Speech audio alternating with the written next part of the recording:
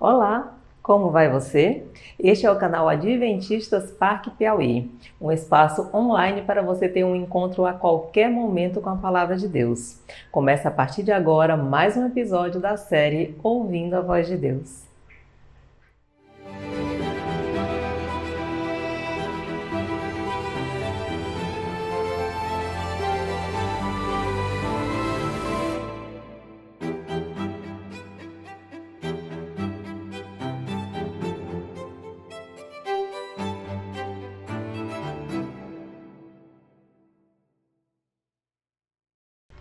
Um passeio pelas ruas do seu bairro em um domingo de manhã pode lhe revelar igrejas cheias de pessoas adorando ao Senhor. Mas é de fato o domingo o dia de guarda e adoração ao Senhor? Quando os cristãos passaram a ter o domingo como dia de guarda? O que a Bíblia nos revela sobre esse assunto? Descubra agora no estudo que teremos hoje, cujo título é Do Sábado para o Domingo.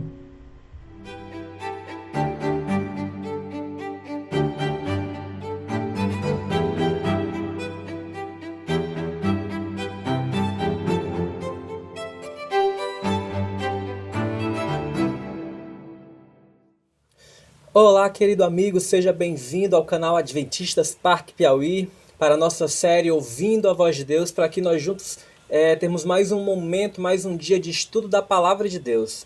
Nós temos aprendido muitas coisas até aqui e eu espero que você tenha acompanhado desde o início com a gente, mas se você perdeu algum dos nossos temas, algum dos nossos estudos, basta acessar o canal e lá então você vai encontrar todos os estudos que nós já passamos aqui e você então vai poder assistir aquele que você por acaso perdeu, tá bom?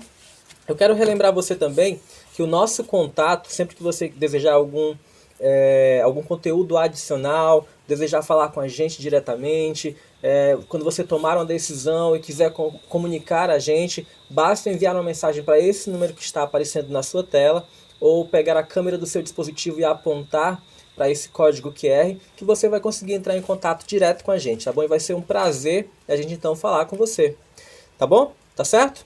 Vamos em frente então para o nosso estudo de hoje, porque hoje o nosso estudo é muito interessante. Hoje nós vamos estudar sobre, você viu aí, do sábado para o domingo.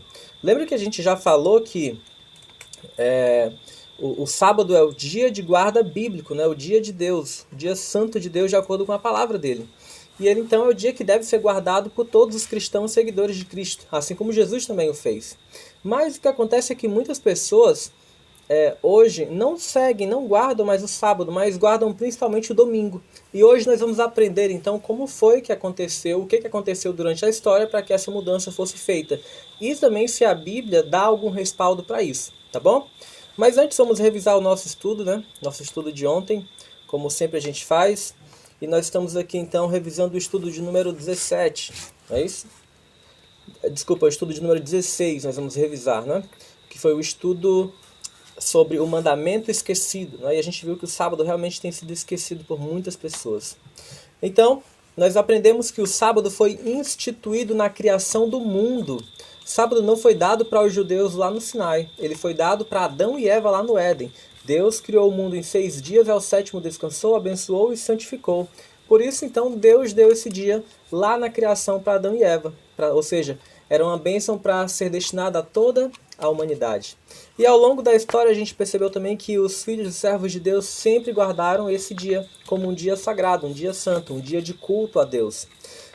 E ele foi observado, por exemplo, pelos profetas Moisés, Isaías, Jeremias, Ezequiel, Esdras, Neemias. A gente viu também que Jesus também observava o sábado, era o seu costume aos sábados ir adorar a Deus na sua igreja.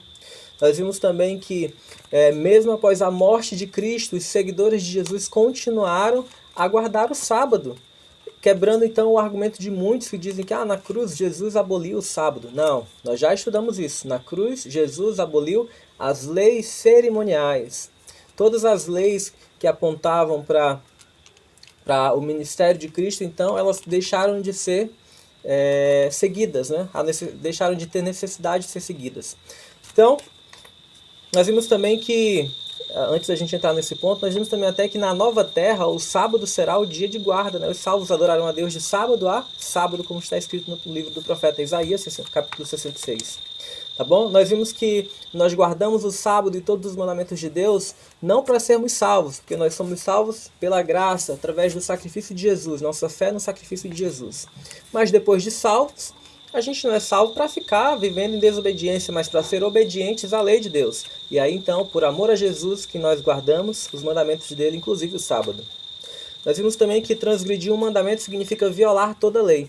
Então, embora eu siga 9 mandamentos, eu não posso simplesmente agora ignorar o 10º, senão eu estou transgredindo toda a lei de Deus. Ok? A gente viu aí que o sábado teve sua origem lá na criação, na semana da criação, no 7º dia Deus descansa, abençoa e santifica, ou seja, torna esse dia santo. Então, quem tornou o dia de sábado santo? Foi Moisés lá no Sinai? Foi o povo judeu? Não, foi Deus lá na criação, tá bom? E o propósito desse dia a gente viu que é para ser benéfico, né, para o homem. Então, o sábado foi feito para o benefício do homem. E nós vimos também que o sábado é um sinal, a guarda do sábado é um sinal entre Deus e seu povo ao longo de toda a história. Então, ao longo de toda a história, todos os filhos de Deus que tinham conhecimento desse dia são considerados, então, o povo de Deus, porque o sábado é um sinal entre Deus e seu povo. Agora, a gente viu também que é óbvio que muitas pessoas não tiveram oportunidade de conhecer sobre esse dia, principalmente no período da Idade Média e um pouquinho após isso, quando a Bíblia foi tirada das pessoas. E então agora essas pessoas não tiveram conhecimento desse sábado. Talvez você olhe para alguns antepassados seus, pai, avô, bisavô, que também não sabia sobre isso. Mas a gente aprendeu já que Deus, no seu julgamento, ele não leva em conta o tempo da ignorância. Então Deus releva aquilo que a gente não sabia e considera apenas então aquilo que a gente sabia. Tá bom? Então nós vimos aí, né, que o povo de Deus guardou ao longo da história, inclusive na Nova Terra será guardado também esse dia como um dia sagrado, né, um dia santo. E nós vimos então aí que o sábado começa do pôr do sol da sexta-feira e vai até o pôr do sol do sábado. Biblicamente é assim que se conta o dia, de pôr do sol a pôr do sol. E nós vimos então que na sexta-feira é o dia da preparação, um dia onde a gente deixa tudo pronto para antes do sábado, né, para que quando o sábado vem a gente não tenha que se preocupar com faxina, não tenha que se preocupar com trabalho, se possível não tenha que se preocupar com comida, a gente dedica o dia inteiro para passar em comunhão com Deus, com a nossa família, com os nossos irmãos na igreja, ministrando também aos necessitados e claro, sempre relembrando, né? O sábado foi dado ao homem por Deus para que nós sempre tivéssemos em mente que Deus é o nosso Criador. Por isso que semanalmente nós relembramos, em 6 dias há trabalho, é o nosso trabalho, assim como Deus trabalhou criando a criação. Mas no 7º dia é o momento de reconhecermos que Deus é o Criador e nós somos criaturas. Então, esse também é um propósito do sábado, né? E nós vimos ontem várias dicas, então, sobre como guardar esse dia, tá bom? Mas, se o sábado é o dia bíblico de guarda, por que tanta gente hoje guarda o domingo? Se você for nas igrejas católicas e protestantes, a grande maioria, aqui no nosso país, por exemplo, elas guardam, vão se reunir para adorar a Deus no domingo. Por que não no sábado? O que foi que aconteceu ao longo da história? Vamos descobrir hoje. E a primeira pergunta que a gente vai responder é: quantos e quais são os textos bíblicos que falam do domingo? Principalmente ali no Novo Testamento, né, onde dizem por aí, sem concordar com a Bíblia, né, que depois da morte de Cristo, agora a lei de Deus foi abolida. A gente já viu que a lei de Deus, os 10 mandamentos, não foram abolidos. Jesus mesmo disse que não veio para abolir, ele veio para cumprir. Mas tem muitas pessoas que falam isso por aí. Mas vamos ver o que a Bíblia diz, tá bom? Nossa proposta aqui é deixar a Bíblia falar para que a gente possa ouvir a voz de Deus.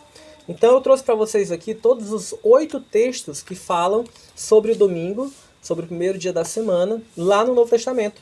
Eles estão ali após a morte de Cristo, né? Então eu quero convidar você a gente então ler um por um.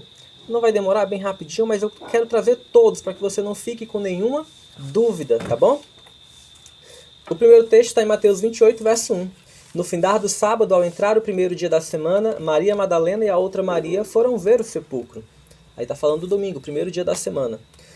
Marcos 16:1 vai dizer o seguinte: passado o sábado, Maria Madalena, Maria, mãe de Tiago, e Salomé compraram aromas para irem embalsamá-lo. Marcos 16:1. Os dois textos estão contando o momento em que as mulheres vão até o sepulcro de Cristo, que havia morrido, e então ali no primeiro dia da semana, no domingo, elas levam então aromas para irem embalsamá-lo. E aí? Esse texto está dizendo que o domingo é um dia santo agora? Ou está apenas mencionando que as mulheres foram ao túmulo de Jesus nesse dia? É óbvio, né? Está bem claro. Mais 2 textos. Havendo ele ressuscitado de manhã cedo, no primeiro dia da semana, Jesus, né, apareceu primeiro a Maria Madalena, da qual expelira 7 demônios. Esse texto está dizendo que o domingo é santo agora, porque Jesus ressuscitou e apareceu a Maria Madalena? De maneira nenhuma. Está apenas mencionando que o primeiro dia da semana foi o dia da ressurreição de Cristo. Lucas 24:1 vai dizer: mas no primeiro dia da semana, alta madrugada, foram elas ao túmulo, levando os aromas que haviam preparado. Mais uma vez, uma menção das mulheres indo até o túmulo de Jesus para embalsamá-lo, né? Levando os aromas que elas prepararam. Mais 2 textos. João 20, verso 1. Também agora a versão do apóstolo João sobre a mesma história. No primeiro dia da semana, Maria Madalena foi ao sepulcro de madrugada, sendo ainda escuro, e viu que a pedra estava revolvida. Olha só o que está dizendo aqui. Mais uma vez, só que no primeiro dia da semana, as mulheres foram até o túmulo de Jesus. João 20, verso 19. Ao cair da tarde daquele dia, o primeiro dia da semana, trancadas as portas da casa onde estavam os discípulos, com medo dos judeus, veio Jesus, pôs-se no meio e disse-lhes: Paz seja convosco.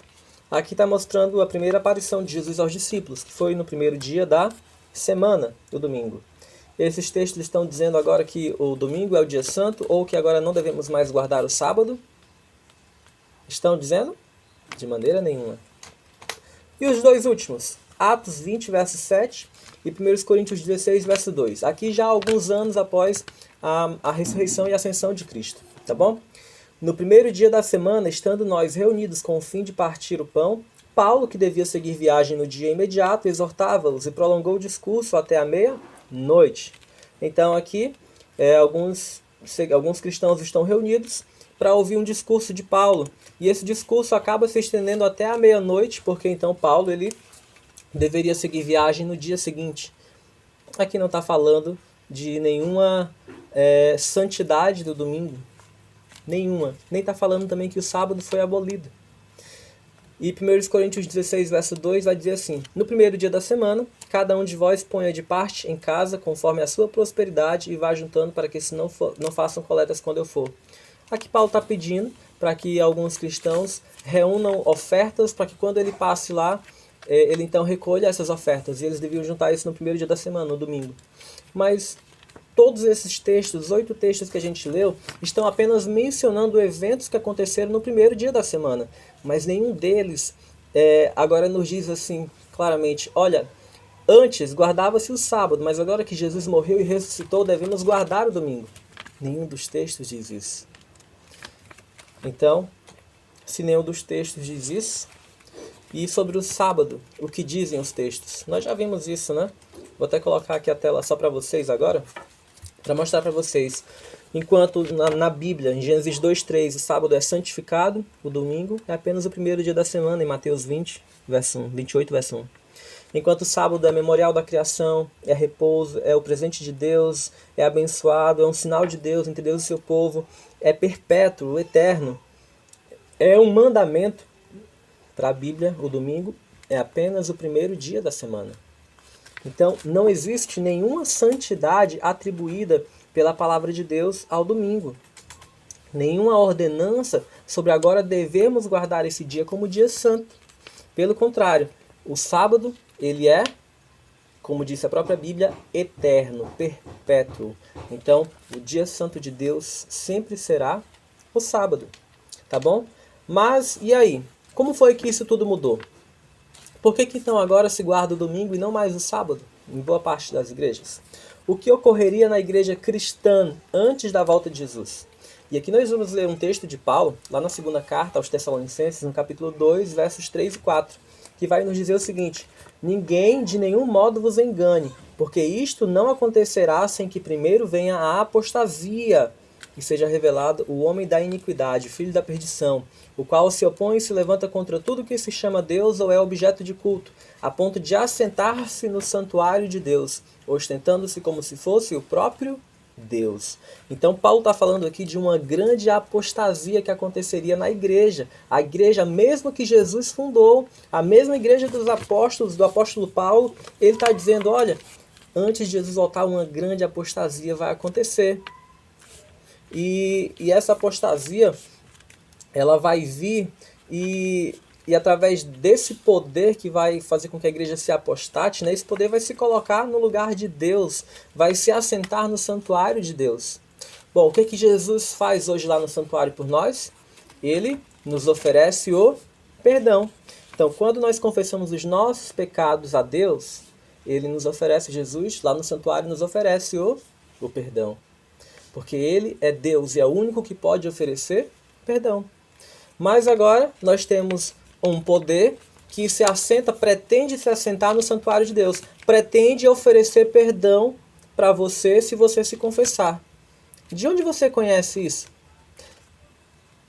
Você conhece a doutrina da confissão auricular, em que você tem que ir até um sacerdote, a um padre, para confessar os seus pecados e ele vai lhe dar o seu perdão? Pois bem, isso é se assentar no santuário de Deus, está se colocando no lugar que pertence a Cristo, pois a gente já viu que é só Ele que pode nos dar o seu perdão. Então, quando pecamos contra Deus, confessamos o nosso pecado, nos arrependemos, lá do santuário, Jesus, então, nos oferece o perdão, porque Ele é quem está assentado no santuário, e Ele que pode fazer isso. Ele é Deus e pode fazer isso. Ele é o que morreu em nosso lugar, por isso Ele pode fazer isso. Tá bom? Mas uma grande apostasia aconteceria na igreja cristã antes da volta de Jesus. O profeta Daniel já havia falado sobre isso. Nós não estamos fazendo aqui um estudo de profecias, mas quem sabe no futuro a gente faça aí uma série de estudos sobre profecias. E nós vamos ver que em Daniel capítulo 8, esse poder que surgiria lá na Idade Média, promovendo toda essa apostasia dentro da igreja, ele faria também o seguinte, de acordo com o profeta Daniel. Ó. O exército lhe foi entregue com sacrifício diário por causa das transgressões, e deitou por terra a verdade, e o que fez, prosperou. Então nós estamos falando de um poder que agiria no período da Idade Média, fazendo com que a verdade de Deus fosse jogada por terra, menosprezando a verdade da palavra de Deus. Apostasia quer dizer exatamente um afastamento. Então a igreja cristã, a igreja que Jesus fundou, a igreja dos apóstolos, a igreja de Paulo, essa igreja ela se afastaria de Deus e da verdade da palavra de Deus. E isso infelizmente aconteceu. E mais na frente nós veremos então muitas coisas ruins que foram trazidas para dentro da igreja nesse período, tá bom? Mas vamos seguir em frente aqui. Que prática era observada entre os pagãos nos tempos de Moisés? Vamos ver que práticas eram essas? Em Deuteronômio 4,19, nós vamos ver aqui uma advertência de Deus para que os israelitas, de maneira nenhuma, ao olhar para os céus, vendo o sol, a lua e as estrelas, ou qualquer um dos planetas, né, todo o exército dos céus, fosse seduzido a inclinar-se perante eles e lhes dar culto. Então Deus está dizendo, olha, não adorem os astros, nem o sol, nem a lua, nem os planetas, nem as estrelas, não adorem os astros. E os povos pagãos ao redor deles faziam isso constantemente. Olha o que diz mais em Deuteronômio 17, versos 2 a 3. Quando no meio de ti, em alguma das tuas cidades que te dá o Senhor teu Deus, se achar algum homem ou mulher que proceda mal aos olhos do Senhor teu Deus, transgredindo a sua aliança, que vá e sirva a outros deuses e os adore, ou ao sol, ou à lua, ou a todo o exército do céu, o que eu não ordenei. Então, quando alguém faz isso, né? Quando alguém vai adiante do sol, da lua, das estrelas, de qualquer um astro do universo, então se inclina, o adora, então isso para Deus era proceder mal diante dos olhos dele. O Senhor nunca ordenou isso. E então o povo de Israel foi advertido de não seguir esse mau exemplo das nações ao seu redor, porque Deus disse que era por causa desses pecados que eles iam ser destruídos. Mas o que é que isso tem a ver com o que a gente está conversando? Eu só quero que você grave essa informação agora, porque também no período em que ocorreu a apostasia da igreja, os povos das nações ao redor da igreja também tinham o mesmo costume, elas adoravam os astros.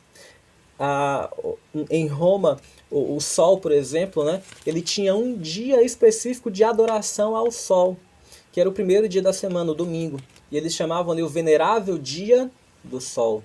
Então, da mesma forma que haviam povos pagãos que adoravam os astros, lá na época do tempo do povo de Israel, e Deus disse agora assim, olha, não se juntem a eles. Agora também no período da igreja haviam povos ao seu redor que também adoravam os astros. e o conselho de Deus era o mesmo, não se unam a eles. Mas nós vamos ver o que aconteceu mais na frente, tá bom? Mas que costume havia entre o povo de Deus nos tempos de Moisés? Ao sexto dia colheram pão em dobro, 2 gômeres para cada um, e os principais da congregação vieram e contaram a Moisés. Respondeu-lhes ele, isto é o que o Senhor disse, amanhã é repouso, o santo sábado do Senhor. O que quiserdes cozer no forno, cozeio, e o que quiserdes cozer em água, cozeio em água, e tudo que sobrar separai guardando para a manhã seguinte. Então, na época do povo de Israel, lá com Moisés ali sob a liderança do povo, o sábado já era um dia de guarda, o dia em que eles separavam, então, para todos esses propósitos que a gente já estudou antes. Era o dia do Senhor, tá bom? Até Paulo, ecoando essas palavras, vai dizer, ó, porque Moisés tem em cada cidade, desde tempos antigos, os que o pregam nas sinagogas, onde é lido todos os sábados. Então, sempre foi o costume do povo de Deus, inclusive ali no tempo de Moisés, guardar o sábado como o dia do Senhor. Tá bom? Então, enquanto nas nações pagãs ao redor se guardavam dias para adorarem os astros, o povo de Deus sempre guardou um dia para adorar o Senhor. Tá bom? Guarde também essa informação aí que mais tarde a gente vai retomar ela. Mas que hábito Jesus e o apóstolo Paulo tinham em comum? Agora no Novo Testamento, né, falando do Novo Testamento. Vamos ver 2 textos, um sobre Jesus, um sobre Paulo. Lucas 4:16 vai falar sobre Jesus. Indo para Nazaré, onde fora criado, entrou num sábado na sinagoga, segundo o seu costume, e levantou-se para ler. Já Paulo, olha o que a Bíblia vai dizer sobre ele. Paulo, segundo o seu costume, foi procurá-los, e por 3 sábados arrazoou com eles acerca das Escrituras. Então, tanto Jesus quanto o apóstolo Paulo tinham o costume de ir à igreja nos sábados e estudar as Escrituras. Então, era um costume deles. Então, no Novo Testamento, tanto Jesus como os seus seguidores ali da sua igreja, a igreja cristã que ele fundou, todos eles guardavam o sábado como o dia do Senhor, o dia santo. Tá bom? Então, em todos os tempos, como a gente já falou ontem, o povo de Deus sempre foi convidado a guardar o sábado como um dia santo, o dia de Deus. Tá bom? Mas e aí, como Jesus considera certas práticas cristãs que não têm fundamento bíblico? A gente está fazendo várias premissas para depois a gente arrematar toda a ideia. Então, guarde todas as informações que a gente tem descoberto até aqui, tá bom? Vamos ver agora o livro de Marcos, capítulo 7, e alguns versículos desse capítulo a gente vai ler assim. Respondeu-lhes Jesus, né? Bem profetizou Isaías a respeito de vós, hipócritas, como está escrito, este povo honra-me com os lábios, mas o seu coração está longe de mim. E em vão me adoram, ensinando doutrinas que são preceitos de homens. Negligenciando o mandamento de Deus, guardais a tradição dos homens, invalidando a palavra de Deus pela vossa própria tradição, que vós mesmos transmitistes, e fazeis muitas outras coisas semelhantes. Jesus aqui está fazendo uma séria advertência aos líderes religiosos da época dele, ali, os judeus. E ele está dizendo assim, olha, vocês dizem que adoram a Deus, mas vocês têm seguido tradições humanas em lugar dos mandamentos de Deus. E Jesus, por causa disso, disse assim, olha, vocês são hipócritas. Porque dizem seguir a Deus, dizem ser de Deus, dizem obedecer a Deus, mas não seguem os mandamentos de Deus. Seguem tradições humanas. E aí hoje essas palavras de Jesus podem ecoar a muitas igrejas aí ao nosso redor. Vocês dizem ser de Deus, dizem que seguem a Deus, por que não guardam seus mandamentos então? Seguem tradições humanas. Então essa é uma advertência muito séria de Jesus. Nós precisamos ficar com a Bíblia e o que ela nos ensina. O que são tradições humanas, invenções humanas, mesmo que venham de muito tempo, elas devem ser descartadas e devemos ficar unicamente com a palavra de Deus. Tá bom? Mas vamos seguir em frente. E agora a gente vai responder 2 perguntas interessantes. A primeira delas é, quem ordenou a guarda do domingo e quando isso ocorreu? E depois a gente vai ver quem ordenou a guarda do sábado e quando isso ocorreu. Mas vamos ver sobre o domingo primeiro, tá bom? Se você não sabia, a primeira ordem, o primeiro decreto para se guardar o domingo veio de um imperador romano chamado Constantino e aconteceu lá no dia 7 de março do ano de 321 da nossa era. E esse decreto, né, ele veio depois de um momento em que a igreja estava sendo muito perseguida. Os fiéis e sinceros filhos de Deus eram perseguidos, presos, torturados e mortos. E agora então, de repente vem Constantino e cansado dessa divisão em seu império, ele então diz assim, agora acabou a perseguição. Não vamos mais perseguir os cristãos, porque eu agora sou cristão também. Então agora ele se declarou cristão. Foi ali uma meia conversão, né? Como a gente diz na linguagem popular, Constantino era um cristão meia boca. E agora então ele pretendeu se converter ao cristianismo. Encerrou com a perseguição, só que agora então ele começou a trazer ideias de lá de onde ele vinha. Constantino era romano, era pagão. Então agora ele começou a trazer ideias de lá de dentro do paganismo para agora para o seio da igreja de Deus. Um desses pontos que ele trouxe de lá para cá foi o culto ao domingo. O culto ao domingo em Roma era dedicado ao Deus Sol. Era chamado de o venerável dia do Sol. E agora então ele trouxe o culto ao domingo para dentro do seio da igreja. E agora então ali pretendeu se adorar a Deus, não mais no sábado, o dia que Deus pediu, o dia que Deus ordenou, mas agora no domingo, porque isso veio do paganismo. Constantino trouxe isso. Mas e a igreja? Aceitou isso? Bom, agora que a igreja não era mais perseguida, né? A igreja agora se viu cheia de privilégios. E vocês sabem, né? Enquanto a igreja foi perseguida, ela era fiel. Mas agora que ela estava cheia de privilégios, ela começou a se afastar de Deus. E ela começou a gostar dessa aproximação com o Estado, desse apoio que o imperador dava. E agora então, para não perder esse apoio, a igreja começou a aceitar sugestões do império. E agora então, a igreja no ano de 364, no concílio de Laodiceia, ela agora então oficialmente adota o domingo como um dia de guarda, como um dia santo. E de lá para cá, desde o ano 364 da nossa era, os cristãos então começaram a guardar o domingo. Aqueles que seguiam o que a igreja determinou. Mas os fiéis filhos de Deus continuaram ao longo da história preservando a guarda do sábado. E nós temos relatos de povos que guardaram os sábados escondidos por medo da perseguição, lá em cima das montanhas, nas cavernas, nos penhascos. Alguns até escaparam da morte, mas vivendo no meio das sepulturas, né? E então agora o povo de Deus conseguiu preservar o sábado, né? E Deus também fez com que a palavra dele, a Bíblia, fosse preservada intacta, mesmo quando ela foi removida, retirada do acesso aos leigos, né? Teve um momento na história em que a Bíblia, só quem tinha acesso a ela era o clero, né? Os líderes religiosos. A gente vai ver isso daqui a pouco. Mas então, esse foi o momento em que a guarda do domingo foi ordenada. Foi lá no ano 321 e ano 364. Então, quem foi que ordenou a guarda do domingo foi o imperador Constantino, e depois a Igreja Católica Romana adotou oficialmente esse dia como dia santo, dia de guarda. E quando isso ocorreu, a gente já viu, né? Anos 321, ano 364. Tá bom?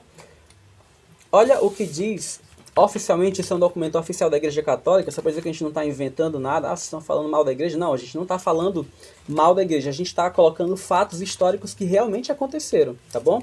Olha o que o próprio Catecismo da Igreja Católica fala. O mandamento da Igreja determina e especifica a lei do Senhor. Aos domingos e nos outros dias de festa e de preceito, os fiéis têm a obrigação de participar da missa.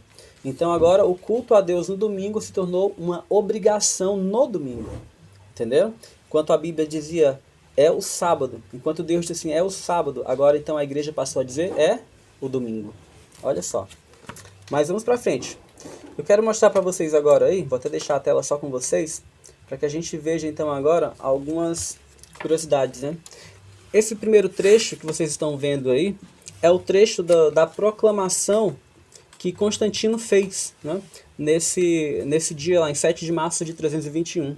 Ele disse assim, ó, que todos os juízes e todos os habitantes da cidade, todos os mercadores e artífices descansem no venerável dia do sol. Lembra como eu falei para vocês que era chamado o dia de culto ao sol que os romanos tinham? O venerável dia do sol.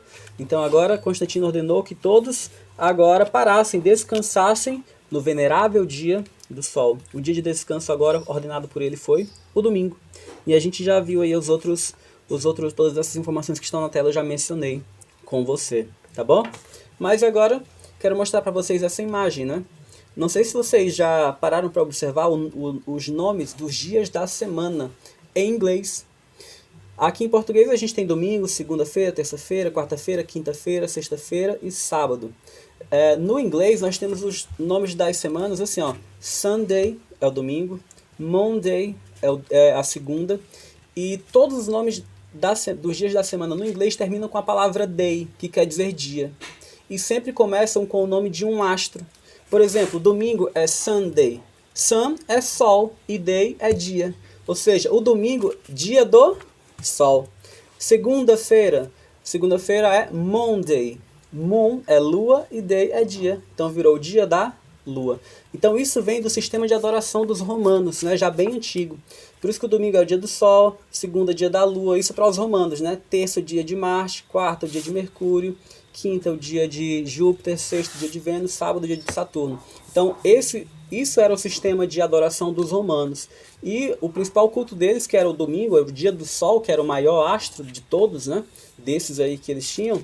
Então agora eles trouxeram para o cristianismo, né, com o decreto de Constantino. Agora esse dia, o dia do sol, foi trazido, era um feriado pagão, mas foi trazido para dentro do seio da igreja, e a igreja então agora simplesmente aceitou, adotou esse dia também. Tá bom? Mas vamos responder então mais uma pergunta. A gente viu o domingo, quem instituiu e quando foi. Mas e o sábado? Quem foi que instituiu o sábado e quando isso ocorreu? Vou ser repetitivo, mas a gente precisa gravar na memória. Olha o que diz Gênesis capítulo 2, versos 1 a 3. Assim, pois, foram acabados os céus e a terra e todo o seu exército. E havendo Deus terminado no dia 7º a sua obra que fizera, descansou nesse dia de toda a sua obra que tinha feito. E abençoou Deus o dia 7º e o santificou, porque nele descansou de toda a obra que como Criador fizera. Então, quem foi que instituiu a observância do sábado e quando isso ocorreu? Foi o nosso Deus na criação. Então, desde a criação, Deus já tinha dito, o dia de observância, o dia de descanso, o dia de repouso, o dia do Senhor é o sábado.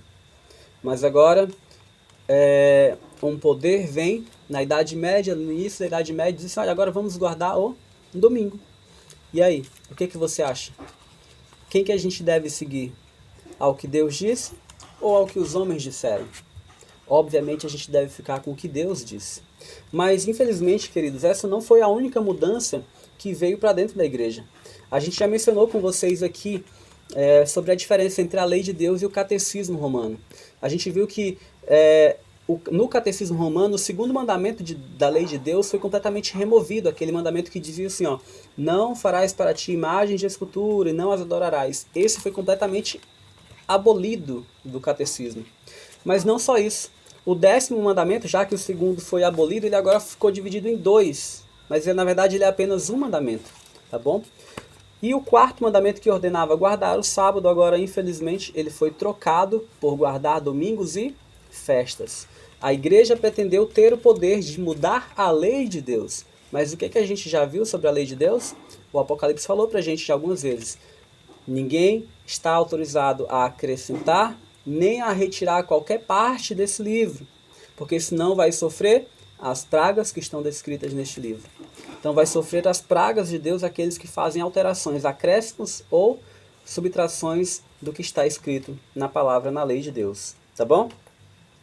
Mas vamos ver então algumas mudanças que ocorreram na história durante um período de mais ou menos 1650 anos. Coisas todas que a Bíblia não apoia, não estão fundamentadas na Bíblia, mas foram inseridas dentro da igreja cristã.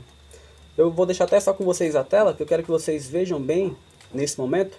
E nós vamos ler rapidamente aqui algumas mudanças ocorridas. Por exemplo, no ano 300 passou a fazer orações pelos mortos. Olha só, a Bíblia condena e diz que isso é uma abominação. Deus até no tempo de Israel ordenava que fossem mortos as pessoas que consultassem os mortos. E agora então, dentro da igreja, entra orações pelos mortos. Prática do sinal da cruz, outra tradição que começou aí no ano 300. Utilização de velas de cera. Primeiro decreto dominical, a gente já viu, promulgado pelo imperador romano Constantino, em 7 de março de 321. A mudança oficial do sábado para o domingo como dia de repouso, lá no concílio de Laodiceia, no ano 364, também já vimos isso. Veneração dos anjos e de santos e utilização de imagens. Lembra que a Bíblia proíbe que a gente faça imagens, né? de escultura, pois agora já começa aqui a utilização de imagens do ano 370. Começo da exaltação de Maria e uso da expressão Mãe de Deus a partir do Concílio de Éfeso, outra coisa que veio do ano 431 como tradição que não está na Bíblia. Mais um ponto, sacerdotes começaram a se vestir de forma distinta dos leigos, prática da extrema unção no ano 526, estabelecimento da doutrina do purgatório por Gregório I em 593. Você sabia que a doutrina do purgatório não é bíblica? Não é, porque quando o ser humano morre, de acordo com a palavra de Deus, ele vai para a sepultura e fica ali inconsciente, aguardando a ressurreição. Seja a ressurreição da vida eterna, na volta de Jesus, ou a ressurreição do juízo após o milênio para ser destruído com o mal.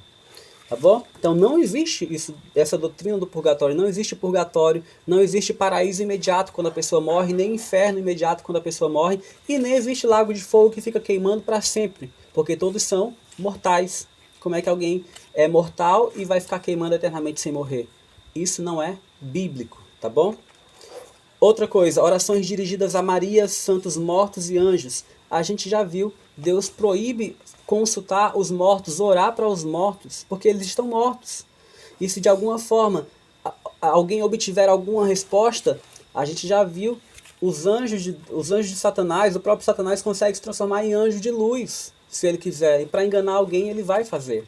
Então ele pode até responder uma oração como se fosse alguém que já morreu, mas nunca vai ser essa pessoa, porque Deus disse que quem morre está no pó da terra. Certamente vai ser um anjo de Deus, um anjo de Satanás ou o próprio Satanás, tá bom? 12. Título de Papa ou Bispo Universal dado a Bonifácio III pelo Imperador Focas no ano 607. Prática de beijar o pé do Papa teve início com o Papa Constantino no ano 709. Todas essas são práticas, queridos, que a Bíblia não fundamenta de jeito nenhum, tá bom? Mas, autorizado o culto à cruz, imagens e relíquias. Olha só aqui aparecendo agora o culto à cruz, a imagens e relíquias. Lembra que o segundo mandamento que foi excluído do catecismo dizia: não farás para ti imagem de escultura e nem lhes darás culto. É o que está no segundo mandamento bíblico, tá bom? Água benta com um pouco de sal e abençoada por um sacerdote. Primeira canonização de santos mortos, feita pelo Papa João XV. Olha só, a Bíblia fala que quem morre, eu vou repetir, vou ser redundante várias vezes. A gente já estudou sobre o estado do homem após a morte, mas a Bíblia diz que quem morre está inconsciente. Como é que agora essa pessoa pode ser declarada um santo pela igreja que está ali lá no céu, olhando e cuidando da gente, respondendo às nossas preces? Isso não é bíblico, isso é uma tradição humana que veio e foi se espalhando pela terra, pelo nosso país, pela Europa, pela América e o mundo inteiro, o mundo inteiro cristão pelo menos, quase todo tem essa prática. Jejum às sextas-feiras durante a quaresma também não tem fundamento bíblico. Celibato sacerdotal decretado por Gregório VIII em 1079. Esse celibato é o que diz que os padres não devem, então, casar. Dizem que eles devem ser celibatários, né? Mas, se você olhar para a Bíblia, o próprio Pedro, que é chamado de o primeiro Papa, ele era casado. Ele tinha sogra. Jesus curou a sogra de Pedro, que estava ardendo em febre. Inquisição instituída pelo Concílio de Verona. E que tristeza foi a Inquisição. Quantas pessoas morreram por causa da Inquisição. Quantos fiéis filhos de Deus que não queriam se dobrar às tradições humanas, mas queriam permanecer fiéis à Bíblia, à palavra de Deus, foram mortos pela Inquisição. Venda de indulgências em 1190. Oh, meu amigo, que tristeza. Jesus fez o maior sacrifício do mundo para que nós pudéssemos ter o perdão de graça. E agora então a igreja começou a vender o perdão às pessoas, a vender menos tempo no purgatório, a vender até mesmo terrenos lá no céu, no paraíso. Que tristeza, meus amigos. E muita gente, infelizmente, por não ter acesso à palavra de Deus, acabou então aderindo a essas práticas, mas sem saber que elas eram completamente erradas. Mas para esses Deus diz, né? Deus não levará em conta o tempo de ignorância. Mas para aqueles que praticaram esses atos, aqueles que sabiam de tudo isso e forçaram as pessoas a isso, com certeza eles serão castigados por Deus no dia do juízo. Mas o que mais nós temos? Transubstanciação, proclamada pelo Papa Inocêncio III. A transubstanciação quer dizer que durante a Eucaristia, ou a ceia do Senhor, a Santa Ceia, a igreja disse que, na verdade, o pão e o vinho não era apenas um símbolo do corpo e do sangue de Cristo, como Jesus falou, mas era literalmente agora ali, o sacerdote tem o poder de transformar aquele pão no corpo de Cristo, na carne de Cristo, e aquele suco de uva no sangue de Cristo. Mas isso não é bíblico. Jesus falou que o pão e o vinho, pão e o suco de uva, eram apenas um símbolo do sacrifício de Cristo. Mas essa foi outra ideia, então, que foi introduzida aí no meio da igreja nesse período, né? Confissão auricular de pecados ao sacerdote no lugar de Deus, instituída por Inocêncio no Concílio de Latrão. Então, como meio de controle social, agora foi ordenado, se você tiver pecado, você tem que confessar ao sacerdote. A Bíblia diz, confessai a Deus os seus pecados, mas agora a igreja diz, confessem para o sacerdote. Então agora as pessoas confessavam e obtinham o seu perdão, depois de fazer algumas práticas para poder conseguir o perdão. Ou seja, estavam comprando o perdão com as suas próprias obras. Sendo que a gente já viu na Bíblia aqui, a salvação, o perdão é pela graça de Deus, por nada que a gente faça, tá bom? E só Deus é quem pode perdoar nossos pecados, então por isso que temos que confessar nossos pecados a Ele somente. Proibido o acesso dos leigos à Bíblia, foi incluído até no índice de livros proibidos lá pelo Concílio de Valença. Então, nesse momento, tiraram a Bíblia dos leigos. Agora disseram só quem pode entender, interpretar, estudar e interpretar a Bíblia é o clero, são os líderes religiosos. E aí foi o fim mesmo. Porque agora, sem acesso à Bíblia, agora então as pessoas estavam completamente perdidas nos enganos da igreja. Dogma do purgatório, proclamado pelo Concílio de Florença, confirmação da doutrina dos 7 sacramentos. A Ave Maria também começou nessa parte, nessa data aí. Tradição declarada pelo Concílio de Trento como autoridade igual à da Bíblia. Olha, meu amigo, que coisa! Jesus disse assim, olha, vocês acabam invalidando os mandamentos de Deus por causa da tradição humana. A gente acabou de ler esse texto. E agora então a igreja vem e diz assim, olha, a tradição agora tem a mesma autoridade, o mesmo poder da Bíblia. Ou seja, da mesma forma que eu devo guardar a Bíblia, eu devo guardar a tradição. Contrariando completamente as palavras de Jesus que a gente acabou de ler atrás. Mais um ponto, livros apócrifos foram acrescentados à Bíblia pelo Concílio de Trento. Ou seja, a Bíblia ela só possui 66 livros, mas se você olhar em algumas Bíblias, especialmente católicas, você vai ver que tem 73 livros, tem 7 livros a mais. Esses livros chamados de apócrifos, eles contêm muitas vezes mentiras, inverdades que estão completamente contrárias ao que diz a palavra de Deus, os 66 livros em geral, tá bom? Proclamada a Imaculada Conceição da Virgem Maria pelo Papa Pio IX, sílabo de erros proclamado pelo Papa Pio IX e ratificado pelo Concílio Vaticano, condenando a liberdade de culto, de consciência, de pregação, de imprensa e os descobrimentos científicos que são desaprovados pela Igreja Católica Romana, sustentando a autoridade temporal do Papa sobre todos os governantes civis. Não bastasse tudo isso, agora a liberdade de culto, de consciência e de pregação foi minada por completo. Agora também a própria imprensa foi restringida e até os descobrimentos científicos só eram aprovados, autorizados se tivessem ali então o aval da Igreja, né? E com isso aí o Papa estava demonstrando que tinha ali a sua autoridade sobre todos os governantes civis da terra, assim como já havia profetizado pelo profeta Daniel e pelo apóstolo João. Por fim, nós temos aqui, encerrando, proclamado pelo Concílio de Vaticano a infalibilidade papal em matéria de fé e moral. Quer dizer que a Igreja declarou assim, olha, o Papa não erra.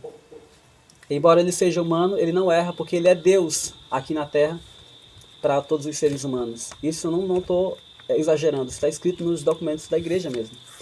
Então agora o Papa é proclamado como infalível, quando somente o nosso Deus é infalível. A palavra de Deus é infalível, Deus é infalível, mas todos nós seres humanos, mesmo os grandes homens da Bíblia, como Moisés, como Jeremias, como Pedro, como João, Paulo, todos esses eram falíveis, eles cometiam erros. Somente Deus é infalível. E como Ele é o autor da sua palavra, a Bíblia também é infalível. Mas nenhum ser humano tem essa prerrogativa, tá bom?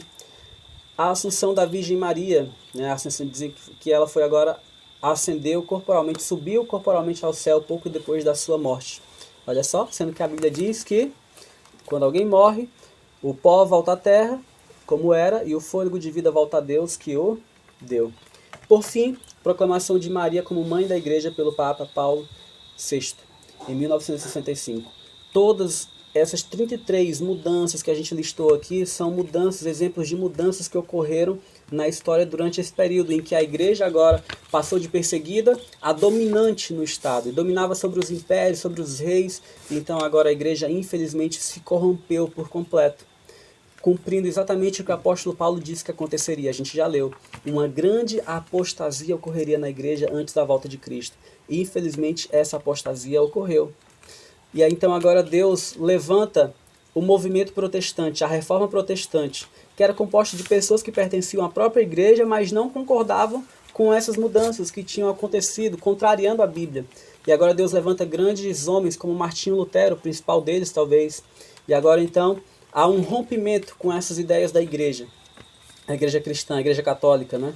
E agora então, como resultado disso, várias igrejas começam a surgir, as chamadas igrejas protestantes. E agora então, o objetivo de Deus era fazer com que essas igrejas trouxessem à tona a verdade da Bíblia, que tinha sido jogada por terra por causa da apostasia da igreja na Idade Média. Mas o que aconteceu? O tempo passou e hoje nós estamos em 2020. E muitas das igrejas que se dizem protestantes, ao invés de terem se voltado para a Bíblia, estão seguindo os mesmos enganos, as mesmas tradições que foram colocadas dentro da igreja pela Igreja Católica na Idade Média. Então, meus amigos, isso tudo acontece porque o ser humano, pela sua própria conveniência, decide se afastar da Bíblia. E quando a gente se afasta da Bíblia, infelizmente, coisas horríveis acontecem, como aconteceu na Idade Média. Ficou conhecido esse período como a Idade das Trevas, porque quando o homem se afasta de Deus, Satanás toma o domínio de tudo. Tá bom? Mas e aí, depois de saber tudo isso, quem é que deve ter prioridade em nossa obediência? É o que Deus disse? Ou é que o ser humano impôs como tradição, veio se espalhando de pai para filho, de geração após geração, e agora eu acho que isso é um dever meu, sendo que a palavra de Deus não fundamenta isso? Mas e aí, quem que deve ter prioridade em nossa obediência? Olha o que disse o apóstolo Pedro e João. Então Pedro e os demais apóstolos afirmaram: antes importa obedecer a Deus do que aos homens. Então é isso, queridos. Se você hoje tem a Bíblia lhe dizendo algo para fazer e uma tradição humana lhe dizendo para fazer o contrário, com quem você vai ficar? Siga o conselho de Pedro, dos demais apóstolos. Eu prefiro primeiro obedecer a Deus ao invés dos homens. É isso, siga a palavra de Deus ao invés da tradição. É o conselho que eles estão dando aqui no livro de Atos. E não se ocupem com fábulas nem com mandamentos de homens desviados da verdade. Ah, mas me disseram que se eu não seguir isso, eu vou sofrer não sei o quê, ou eu vou pro inferno, ou eu vou...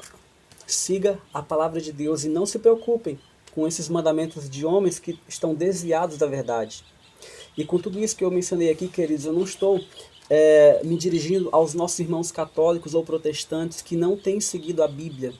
Eu estou falando do que as suas instituições têm feito, têm promovido, mas a salvação é para todo ser humano. Existem muitos fiéis filhos de Deus em todas as igrejas. Nas igrejas protestantes, nas igrejas católicas, existem fiéis filhos de Deus, sinceros ali. E todos eles um dia ouvirão a voz de Deus e decidirão entre seguir a verdade ou seguir a tradição. Mas você que já está ouvindo hoje essa mensagem, para você eu tenho um convite. O que você vai decidir? Seguir a Bíblia ou seguir a tradição humana? A Bíblia diz para nós guardarmos o sábado. A tradição diz para guardarmos o domingo. E aí? O que você vai decidir? O que você vai escolher? Eu espero que você tome a seguinte decisão. Creio que não existe base bíblica para a observância do domingo. Rejeito o domingo como dia do Senhor porque é uma imposição humana. E confirmo o sábado como o verdadeiro dia de adoração a Deus em minha vida. Se você quer tomar essa decisão, meu amigo, eu quero convidar você, nesse momento, a falar com Deus. Fale com Ele seu pensamento. Você vai ouvir uma música tocando. Reflita nessa letra e deixe Deus falar com você. O Espírito Santo quer muito lhe fazer tomar uma decisão em favor da verdade. Rejeitando a tradição humana e ficando com a palavra de Deus. Esse é o único meio de permanecermos salvos em Cristo Jesus. É por isso que eu lhe convido nesse momento a refletir nessa música e que Deus te abençoe em sua decisão. Vou orar por você.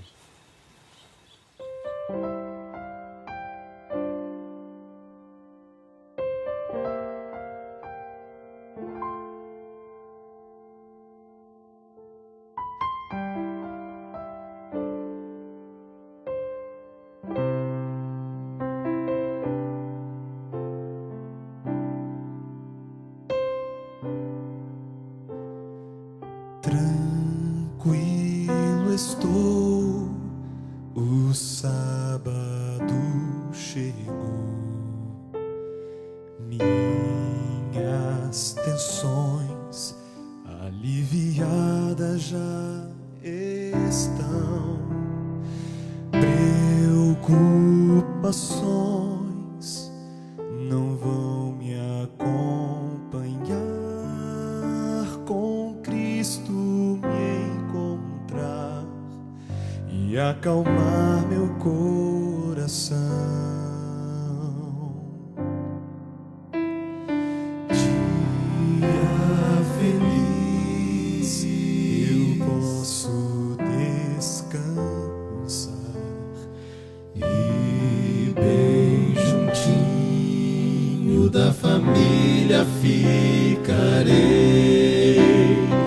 Faz diferença um dia pra parar, lembrar da criação, ficar mais perto de Jesus.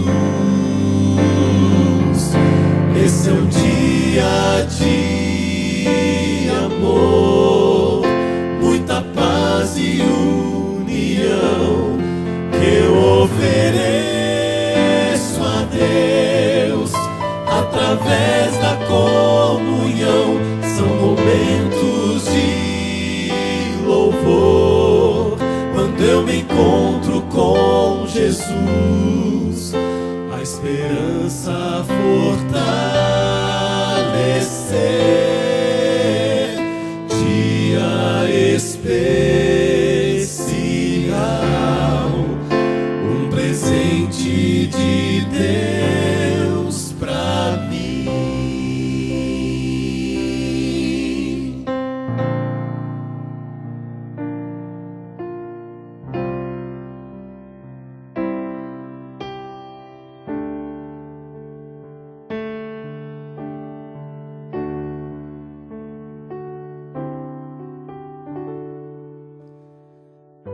Deus separou um dia pra sorrir e observar a natureza que Ele fez.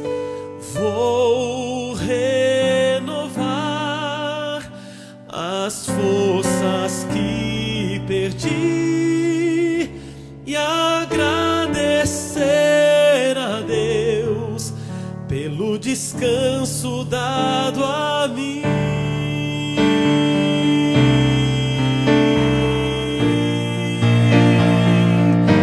Esse é um dia de amor, muita paz e união que eu ofereço a Deus através da comunhão.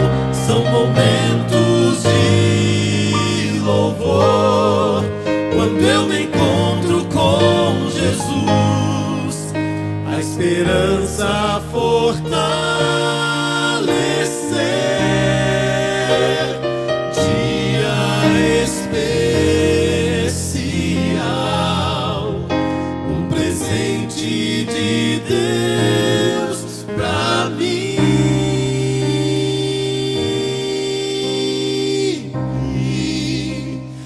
Dia especial,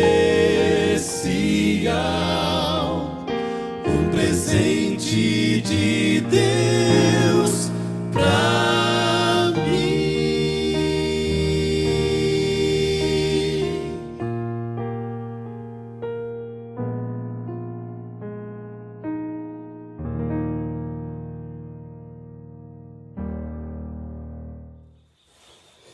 Olá, meu amigo, estamos de volta e nesse momento eu quero convidar você para orar comigo. Feche seus olhos se for possível e ore assim comigo. Senhor Deus, nós te agradecemos, Pai, por essa decisão que essa pessoa tomou. Pai, que o Senhor confirme, anote, registre no céu essa decisão e que o Senhor possa ajudá-la, Senhor Deus, a permanecer todos os dias de sua vida com essa decisão de seguir a Bíblia, de seguir os teus mandamentos, de rejeitar a tradição humana, mesmo que isso venha de muitas gerações em sua família, mas o Senhor está ajudando, Pai, essa pessoa a guardar a tua lei, a seguir o que diz a tua palavra. Então, Senhor Deus, ajude, envie o teu Espírito Santo para que ela possa ser fortalecida dia após dia, para que ela possa conseguir vencer os obstáculos, as barreiras, as dificuldades. Que o Senhor possa, Pai, prover o seu sustento, para que nunca jamais falte por causa da sua fidelidade a Ti. Que o Senhor possa guardar a sua família, guardar, Senhor Deus, o seu lar. Que Tu possas, Pai, fazer dessa pessoa uma bênção às pessoas ao seu redor. Por causa dessa decisão que ela acabou de tomar, pode ser que coisas difíceis aconteçam com ela, mas que o Senhor, Senhor Deus, proveja tudo o que for necessário para que ela viva e viva com felicidade. Em nome de Jesus eu te rogo estas bênçãos, meu Deus. Amém. Nós agradecemos você por acompanhar o nosso estudo de hoje e quero convidar você já para amanhã nós nos encontrarmos mais uma vez para mais um estudo da nossa série Ouvindo a Voz de Deus. Nos encontramos lá. No estudo de hoje, descobrimos que o verdadeiro dia de adoração é o sábado do Senhor nosso Deus, que nós possamos guardá-lo e santificá-lo assim como Jesus fez.